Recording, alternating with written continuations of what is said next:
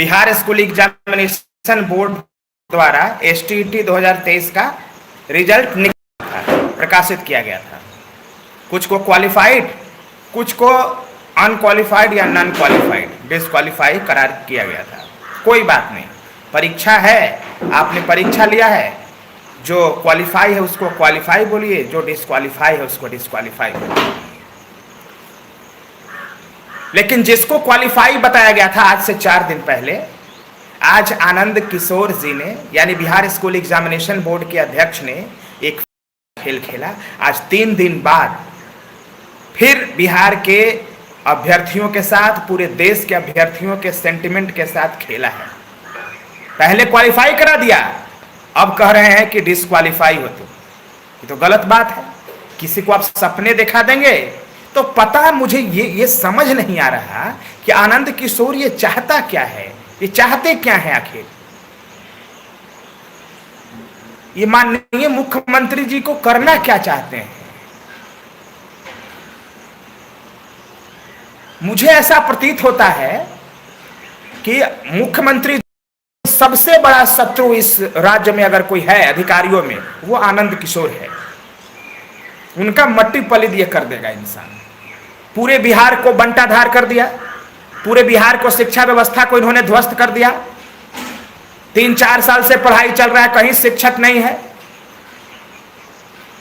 मान्यता आपने दे रखा है, और अब अभ्यर्थियों के सेंटिमेंट खेल रहा है। अरे भाई, जो डिस्क्वालीफाई या क्वालिफाई हुआ, आप एक बार में कहे नहीं बोले।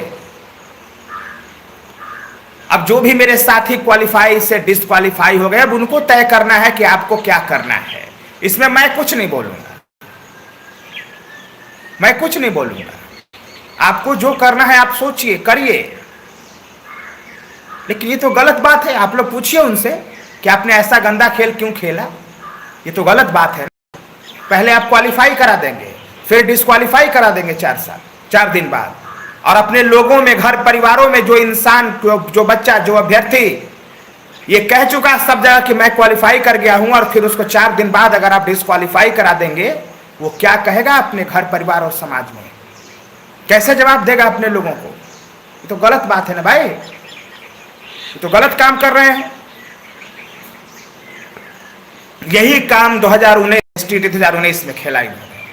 12 मार्च को आपने रिजल्ट जारी किया, कहा कि सबकी नौकरी पक्की। फिर उसको रिवाइज किया 21 जून को, मेरिट और नॉट मेरिट में बांट करके। यही खेला था जो 4 सालों तक ये खेलना था। ये अब पता चलता है ना मुझे। अरे भाई, उसी दिन कह देते, क्या हमें तकलीफ नहीं आता कि 12 मार्च को जिन साथियों को बोला गया कि तुम्हारी नौकरी पक्की, और 21 जून को कह दिया कि तुम्हारी नौकरी अब समाप्त हो गई है, तुम अभी एलिजिबल ही नहीं हो। बिल्कुल ये गलत था। इसका एहसास मुझे उस दिन भी हुआ था, बीच में भी हुआ था, आज भी है मुझे एहसास, और आगे भी हमेशा एहसास रहेगा कि 12 मार्च का जो रिजल्ट निकला था और फिर 21 जून को आपने उसको रिवाइज कर दिया, तो जाहिर सी बात है कि जिनकी नौकरी आपने पहले पक्की की थी, फिर से पक्की कर दी, वो खुश रहेंगे। लेकिन जिसकी नौकरी आपने कच्ची कर दी, पहले पक्की थी, कैसे खुश रहेंगे भाई। वो तो आंदोलन करेंगे ही ना।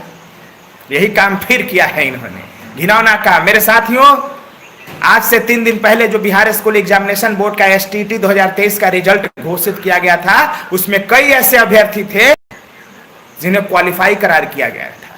लेकिन कल रात को, यानी आज रात को, फिर से रिवाइज रिजल्ट जारी किया गया और कहा गया कि कुछ टेक्निकल ग्लिचेज हो गए थे, कुछ टेक्निकल प्रॉब्लम हो गया था, और इसके वजह से समस्या आ गया। ये बहुत ही गंदा खेल है, और मैं माननीय मुख्यमंत्री के पास भी एप्लीकेशन लिखेंगे हम लोग, और उनको भी हम लोग मेल करेंगे। शिक्षा विभाग के अपर मुख्य सचिव के पाठक सर, बहुत अच्छे इंसान, बहुत अच्छे इंसान, बहुत अच्छे इंसान, बहुत ही अच्छे इंसान हैं के पाठक सर। उनको भी हम ये इस मामले को संज्ञान में डालेंगे। बहुत गड़बड़ चीज, क्या बताया जाए इस पर। मुझे तो कुछ बोलना, मैंने कुछ बोलने में बन ही नहीं रहा है। मैं बोलूं तो क्या बोलूं, क्या बोलूं। माने इससे कोई निम्न स्तर का कोई काम होता है क्या? ये अधिकारी है, कोई कोई पजामा है, हमें पता ही नहीं चलता उस इंसान के बारे में। माननीय मुख्यमंत्री जी झेल क्यों रहे हैं उसे, मुझे ये समझ में नहीं आता। जबरदस्ती को बर्खास्त करके हाथ में रिटायरमेंट लेटर थमा देना चाहिए। अपने जो ड्यूटी को डिस्चार्ज नहीं कर सकता सही तरीके से,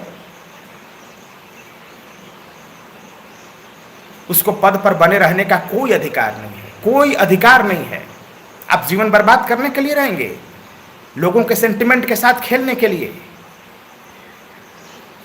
रात से ढेर सारे फोन कॉल्स आए, कहा कि सर देखिए ना, मैं तो क्वालिफाई कर गया था 3 दिन पहले, मैं तो जश्न मना रहा था, तैयारी प्रारंभ कर दिया था बीपीएससी टीआरई 2 का, अब अचानक रिजल्ट आया है कि आप डिस्क्वालीफाई हुई। तो गलत बात है। बोले एकदम गलत बात है, बात सही है। एक तो ऐसे ही बिहार बेरोजगारी की डंस झेल रहा है, हर जगह समस्या ही समस्या है, कोई अवसर नहीं है। बेरोजगारी की एक लंबी फहरिस्त खड़ी है सड़कों पर, और फिर उसके सेंटिमेंट के साथ खेलेंगे, भद्दा मजाक करेंगे आप, तो गलत बात है। लेकिन कोई बात नहीं, मेरे साथ हो, चिंता मत करो। आप लोग सब मिलो अध्यक्ष से और बोलो कि आपने ऐसा गंदा खेल क्यों किया मेरे साथ, और जरूरत पड़ेगा अगर आप कहोगे तो मैं तो एसटी 2023 का अभ्यर्थी नहीं हूं, लेकिन फिर भी मैं आऊंगा आपके लिए बिल्कुल आऊंगा। ये गलत बात है, गलत बात है। किसी को अधिकार नहीं प्राप्त है कि किसी के सेंटिमेंट के साथ कोई खेले, किसी को अधिकार नहीं है। कोई कैसे खेल सकता है गंदा खेल?